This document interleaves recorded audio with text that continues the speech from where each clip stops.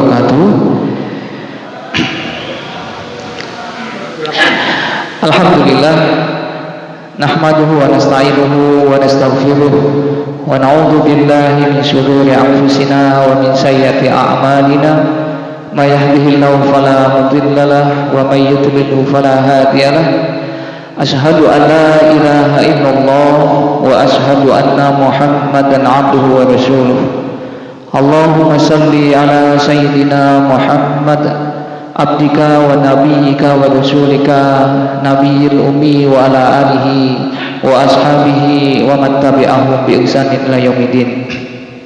Qala Allah ta'ala fil Qur'anil Karim, ya ayyuhalladzina amanu ittaqullaha haqqa tuqatih wa la tamutunna illa wa antum muslimun.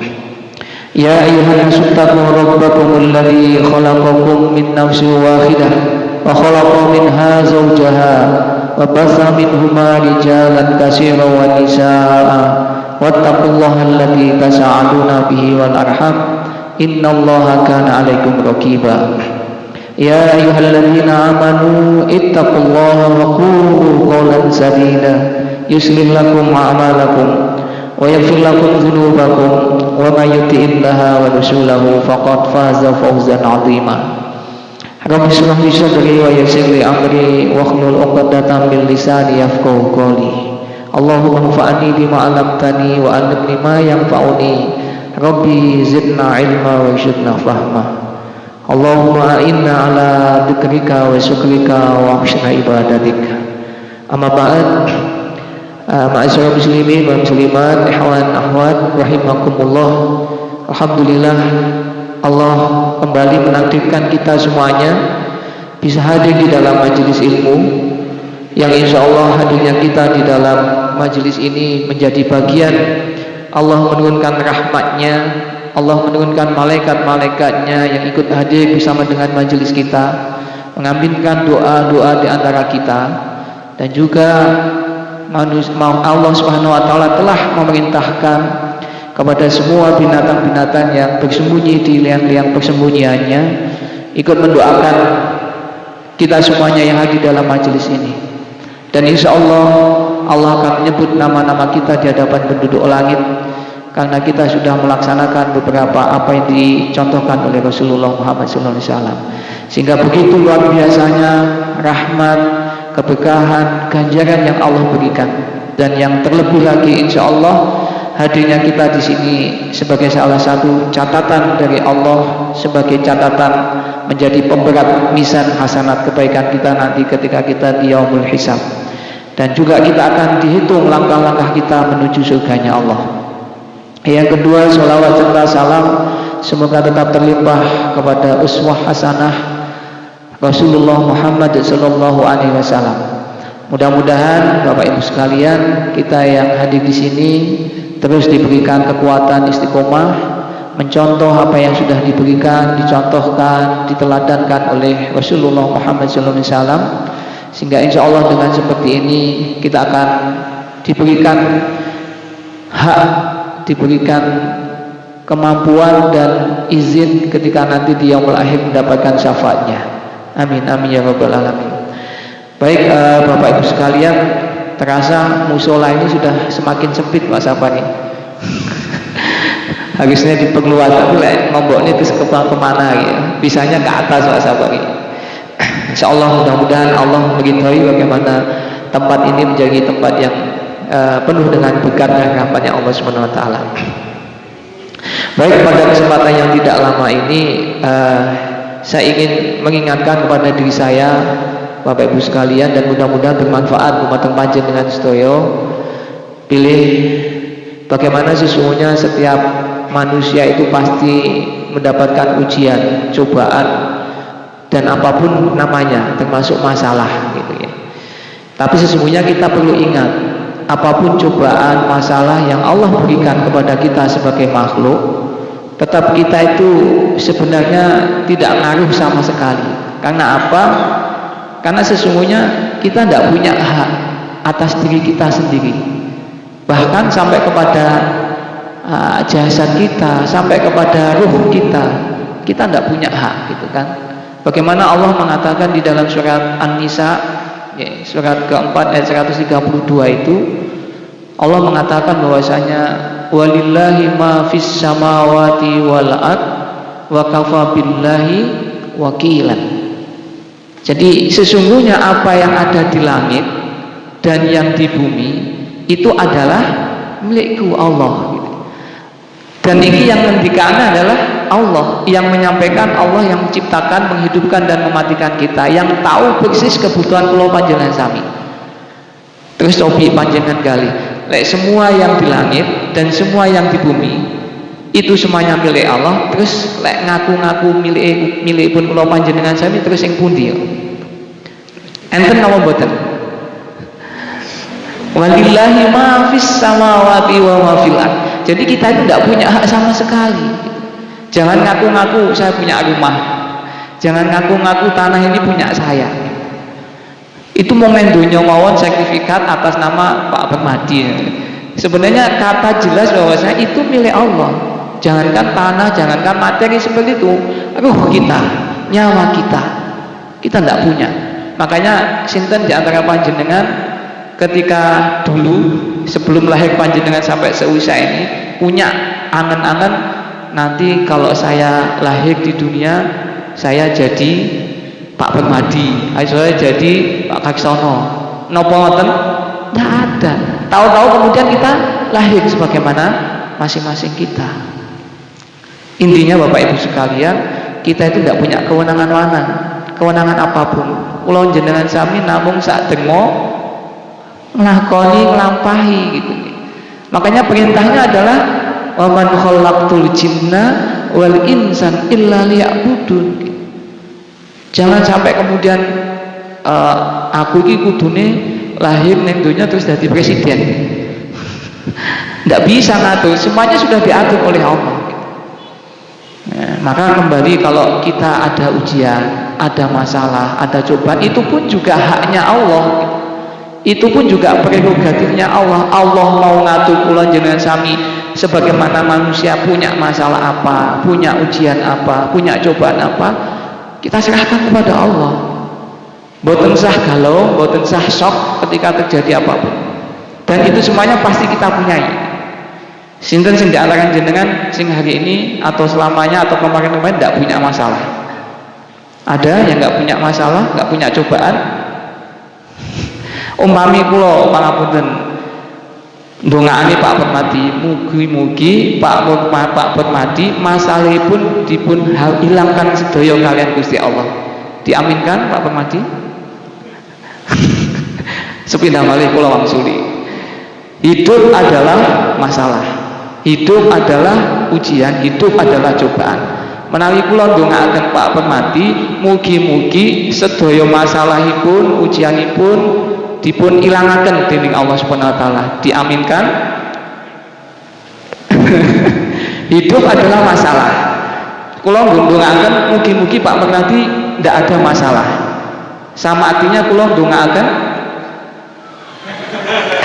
diaminkan apa mboten Pak Permadi? Sama saja kalau mendoakan Pak Permadi supaya kalau nggak mau punya masalah, nggak punya ujian, nggak punya cobaan, ya nggak usah hidup gitu. Makanya jangan gampang-gampang mengaminkan dulu gitu.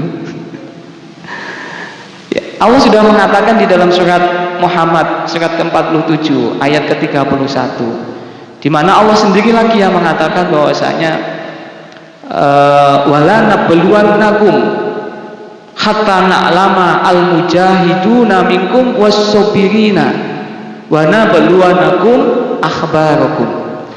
Kata nun dan lam Mas Sofyan ya. Wala nabluwannakum. Ini adalah sebuah kalimat yang memastikan. Jadi tidak ada yang tidak, setiap manusia, dan sesungguhnya pasti kata Allah, aku coba, aku berikan ujian kepada semua makhluk. Wala nabluwannakum, semuanya. Jadi tidak ada yang tidak pernah diberikan cobaan ujian. Ini kata Allah di dalam surat Muhammad ayat 31. Makanya kalau Imam Syafi'i itu mengatakan, menawi kita semuanya itu menghadapi masalah, ya hadapilah sebagaimana menghadapi musim gitu Pak.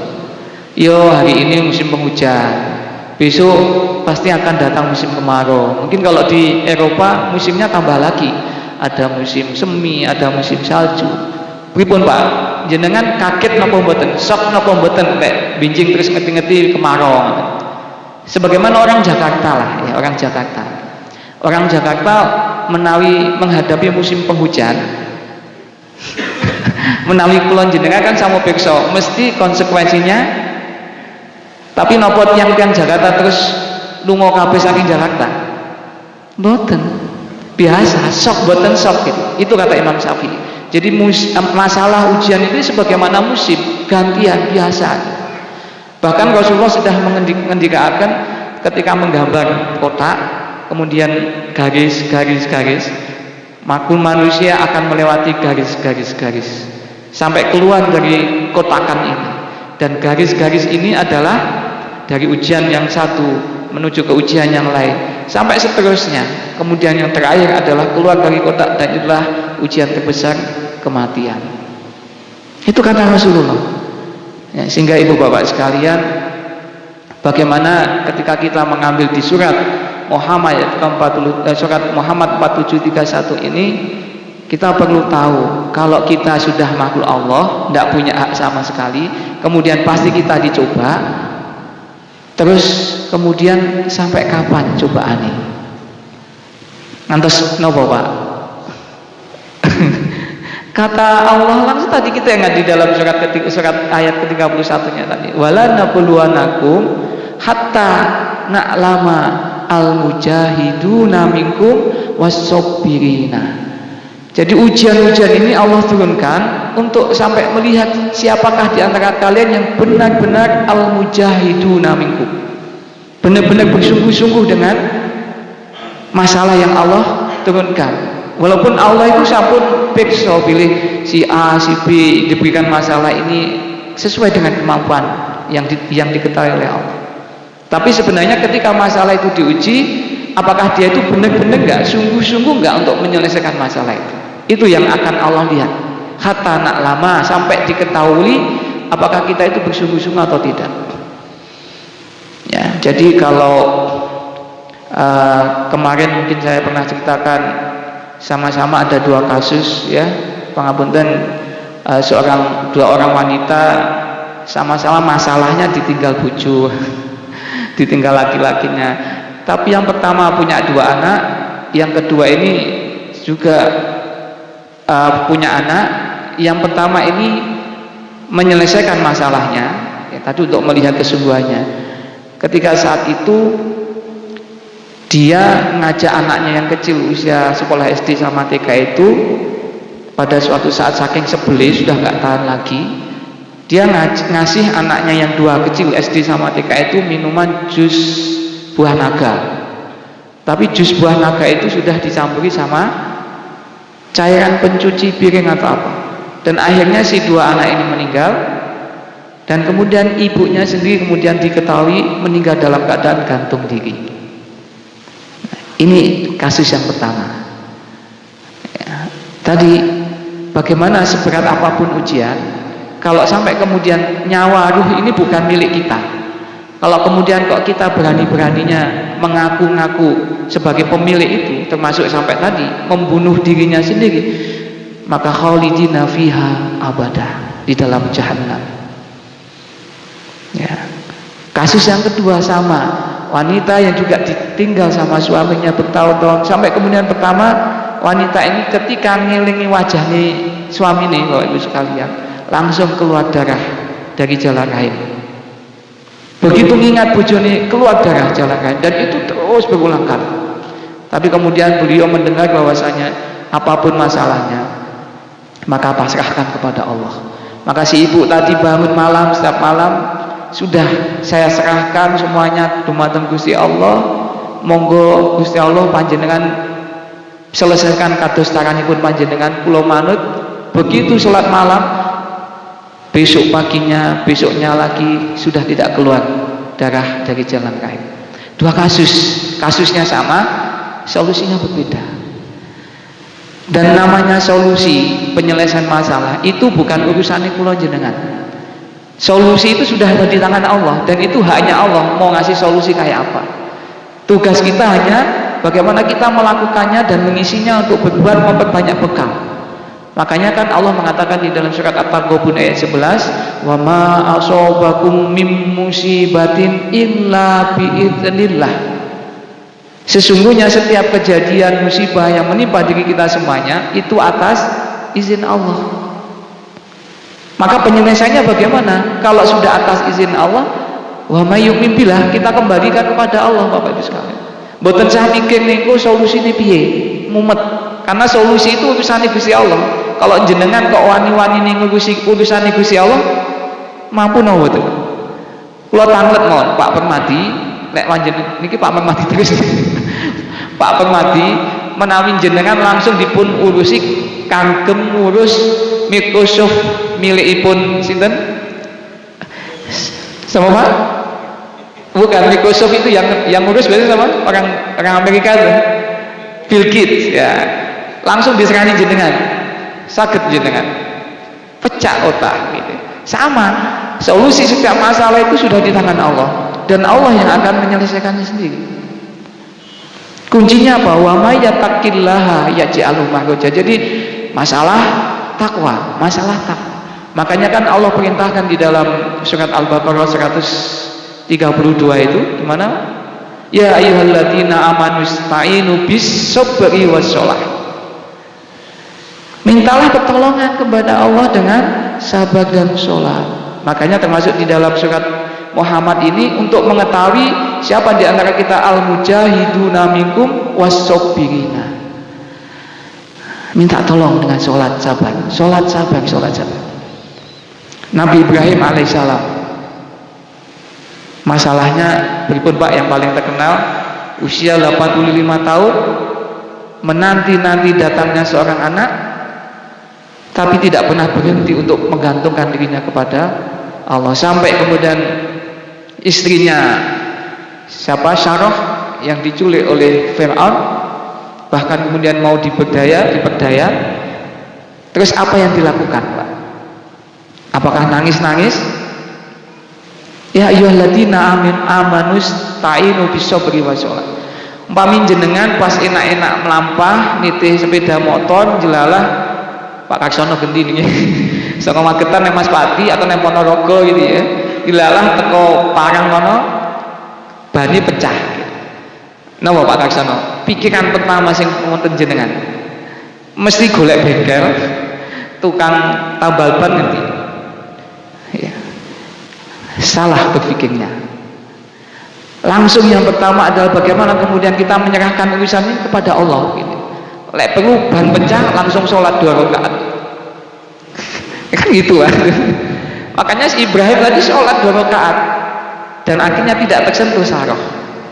Sampai kemudian karena kasus itulah dihadiri dengan hajat. Kemudian lahirlah Ismail. Itu ceritanya kan seperti itu. Maka kalaupun ada masalah, pikiran pertama dan langkah yang pertama diambil adalah as-sholat. Apapun masalahnya. Tapi lek pun ban pecah, pikiran kita sudah nggak bisa untuk ke situ. Ngerti-ngerti di tunggane. Apa meneh lek bengi peteng tetep gak ada apa-apa. Mesti pikiran kita galau. Endi ki nggone bengkel dan sebagainya. Padahal jalan pertama kata Allah, ya ayyuhalladzina amanu ista'inu bis-sabri was-shalah. Sapa sing saged jamin engko lek ketemu bengkel. Saya juga pernah dari Mentara Nadi ke Bendo jelalah semoga tengah dalan golek yo bengkel, yakin oh itu bengkel, ada bengkel, teko kono yo ora nek bantuan. Jadi sholat dulu Pak 2 rakaat, bukti pasrahnya kita kepada Allah. Makanya kan Imam Ibnu Qayyim Al-Jauziyah mengatakan usaha ikhtiar yang kita lakukan itu adalah wajib kalau kita mendapat masalah. Tetapi kalau kita hanya mengandalkan bahwasanya masalah kita selesai karena ujian dan karena ikhtiar itu, maka itu menjadi haram. Ya, jadi kalau kita dapat masalah, ikhtiar, usaha yang kita lakukan adalah wajib hukumnya. Tetapi ketika kita hanya mengandalkan karena ikhtiar manusiawi itu, masalah bisa selesai menjadi haram. Makanya yang pertama adalah bagaimana kita wa may yu'min billah, mengembalikannya langsung kepada Allah. Bukti pengembaliannya kepada Allah apa? Sholat 2 rakaat. Ya, masalah apa saja. Dan yang kedua, wa hatta na'lama al-mujahiduna minkum was-sabbirina, sabar. Allah memberikan ujian cobaan hanya untuk melihat sampai kapan tingkat kesabaran kita. Walaupun sabar itu ngomongnya gampang, ya di lisan sangat gampang, tapi ketika prakteknya luar biasa. Tetapi ewa semanten Gusti Allah sampun merintahkan nggih dumateng kula panjenengan sami menawi nyuwun kesabaran dumateng Gusti Allah, nyuwun kanthi kalimat gimana Pak?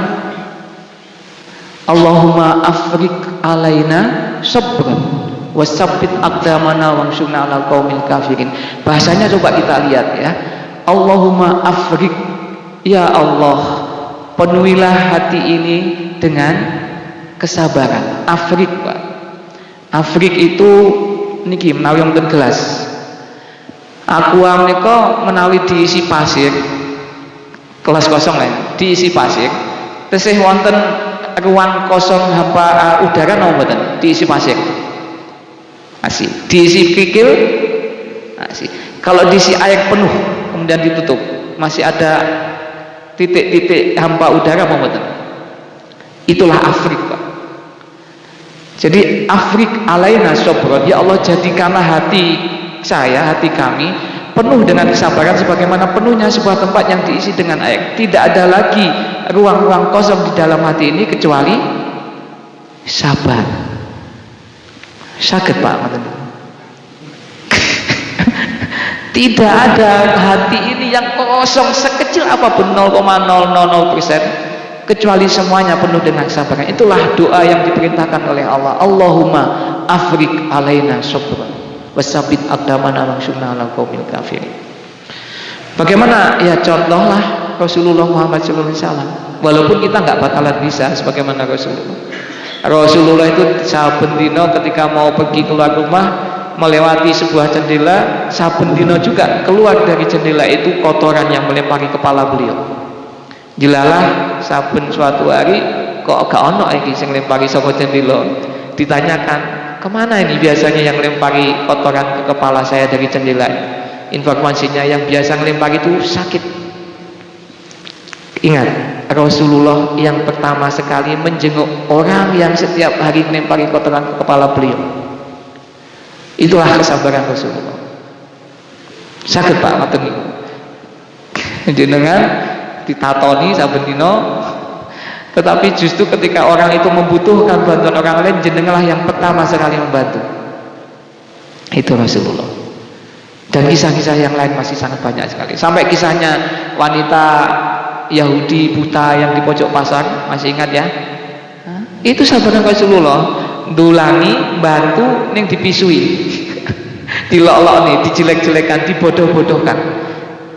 Tapi juga nggak ada. Tapi akhirnya ala kuliah orang wanita Yahudi buta itu justru tahu bahwasanya yang setiap hari didulangi itu adalah manusia yang setiap hari juga dijelek-jelekan. Akhirnya dia mendapatkan hidayah.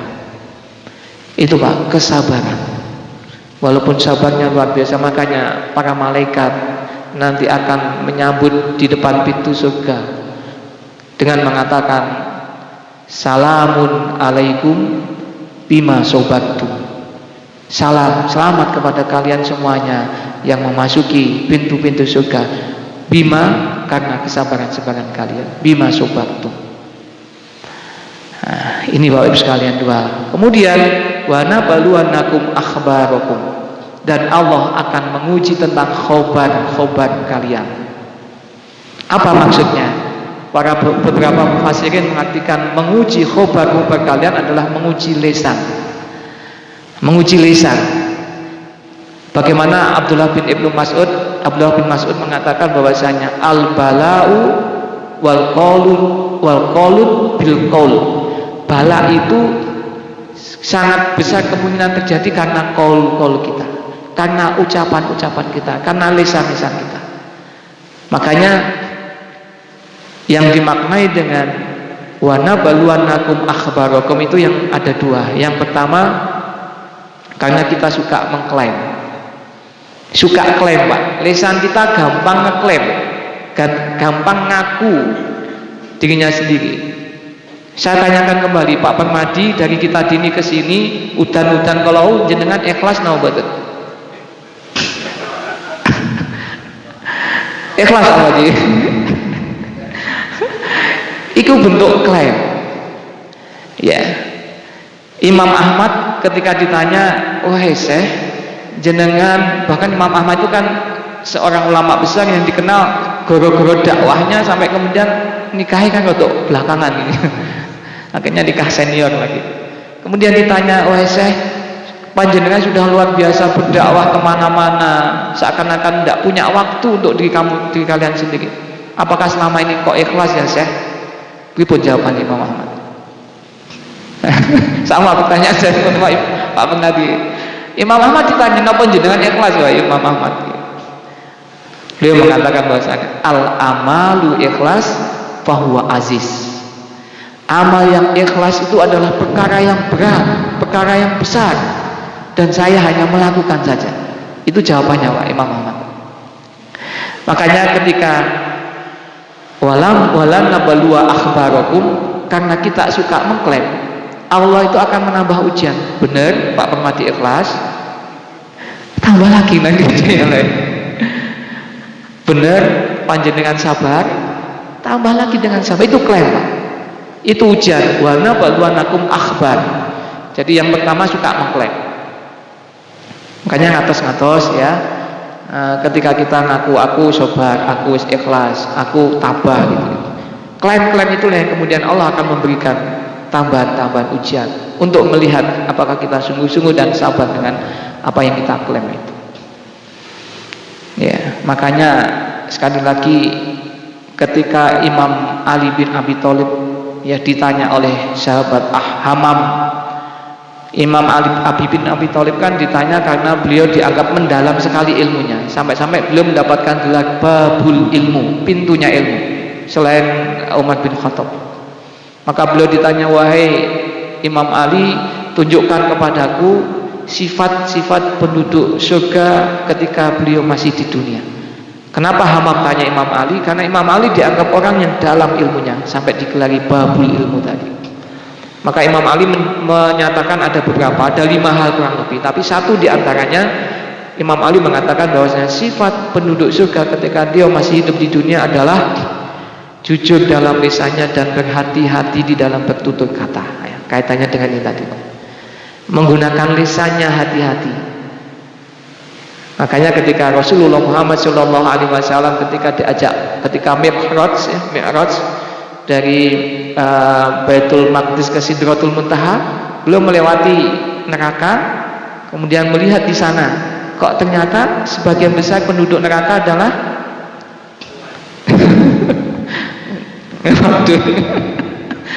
kemudian ditanya, "Kenapa?" gitu ya. Ya jawabannya ternyata tadi.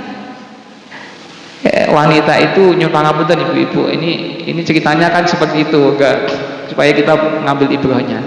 Karena ternyata wanita itu, ini bahasa hadisnya, wanita itu ketika melihat suaminya melakukan satu kesalahan pada sebaiknya sebelumnya dia telah berbuat baik, hanya dengan satu kesalahan itu seakan dia mengatakan, "Awakmu iki kok ya ratu lebih bener belas."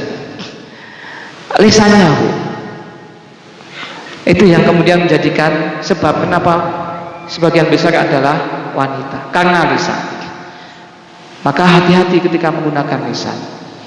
Maka Bapak Ibu sekalian, bagaimana kata Abu Bakar Siddiq, banyak katanya, banyak salahnya, banyak salahnya, banyak dosanya, banyak dosanya, banyak hisab akan dihisab oleh Allah SWT, ujung-ujungnya adalah neraka. Abu Bakar Siddiq mengatakan seperti itu.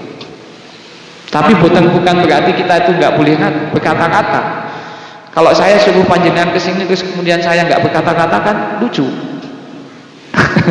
Ada tempatnya gitu kan. Ada tempatnya. Makanya ini yang mungkin menjadikan diri kita perlu sampai-sampai lisan ini kan disetarakan dengan iman kepada Allah dan hari akhir. Man kana yu'minu man kana yu'minu billahi wal yaumil akhir falyakul khair aw liyasmut. Bahwa barang siapa orang yang beriman kepada Allah dan hari akhir, dia itu menggunakan lisannya benar sekali. Dia berkata yang baik, kalau nggak bisa berkata yang baik, lebih baik diam. Itu Pak. Makanya lisan itu betul sekali dikatakan oleh Ali bin Abi Thalib. Jujur di dalam lisannya, hati-hati di dalam bertutur kata. Sifat penduduk surga, kata Ali bin Abi Thalib. Ya, makanya hak mulutnya orang yang beriman itu di belakang hatinya. Mulutnya orang yang kufur itu di depan hatinya. Bagaimana makna yang di belakang hati itu? Menawi badai ngendikan, tanyakan dulu ke dalam hati. Apakah yang saya katakan itu melukai hati orang lain, menzalimi orang lain atau tidak? Itu lisannya orang beriman. Makanya kasus kemarin yang di Bekasi, Pak, seorang suami, anaknya SD sama istrinya, kan belum lama kan? Itu ternyata kenapa sebabnya? Apa Pak sebabnya? Ada yang ngerti nggak? Seorang suami yang membunuh anaknya masih SD, padahal anaknya katanya prestasinya luar biasa, terus ibunya sekarat juga karena disiksa sama suaminya. Apakah? Lisan, mulut. Salah satu sebabnya, aku koyok randu haji. Istri saya, anak saya gawinnya ngelok nih, lisannya landep sekali dengan saya. Kayak nggak punya haji. Padahal itu suami dengan istri dan anaknya.